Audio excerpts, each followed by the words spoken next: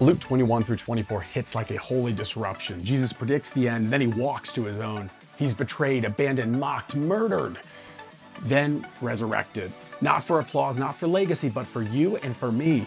A formerly polished, platform-driven Christian who got publicly exposed and privately rescued. Jesus starts in Luke 21 by predicting the fall of Jerusalem, betrayal, war, persecution, and a faith that holds anyways. He wasn't vague, he wasn't guessing, he called it. That offended me because I built a life thinking I was in control, but Jesus doesn't guess, he governs. First payoff, if your plans can't survive the voice of Jesus, they weren't worth building. Then Judas turns him in. Peter denies him, the disciples scatter, and I feel that. I had people walk away when my shame went public. Some cheered my downfall, others just ghosted. But Jesus, he knew betrayal too. And he still walked to the cross. Payoff number 2, your pain is not foreign to Jesus. He walked through it so you wouldn't walk through it alone. They put Jesus on trial with no real charge. They couldn't find guilt because there wasn't any, but the crowd still shouted, "Crucify him!" And he let them. I used to scream my own version of that every time I chose sin over him. Every time I let pride kill my obedience, but he took my sentence so I could walk free. And that's payoff number 3. The cross isn't fair, it's mercy on full display. Jesus didn't die behind closed doors, he died naked, exposed, mocked because our sin wasn't private. And my story proves it.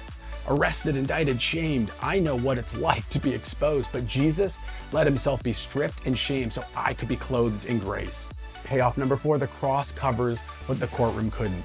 2 criminals, 1 repents. And Jesus says, today, you'll be with me in paradise. That wrecked me because I used to think I missed my shot. But God doesn't need time, God doesn't need anything, but he wants surrender. If you're breathing, there's still room at the cross. Just ask the thief, just ask me.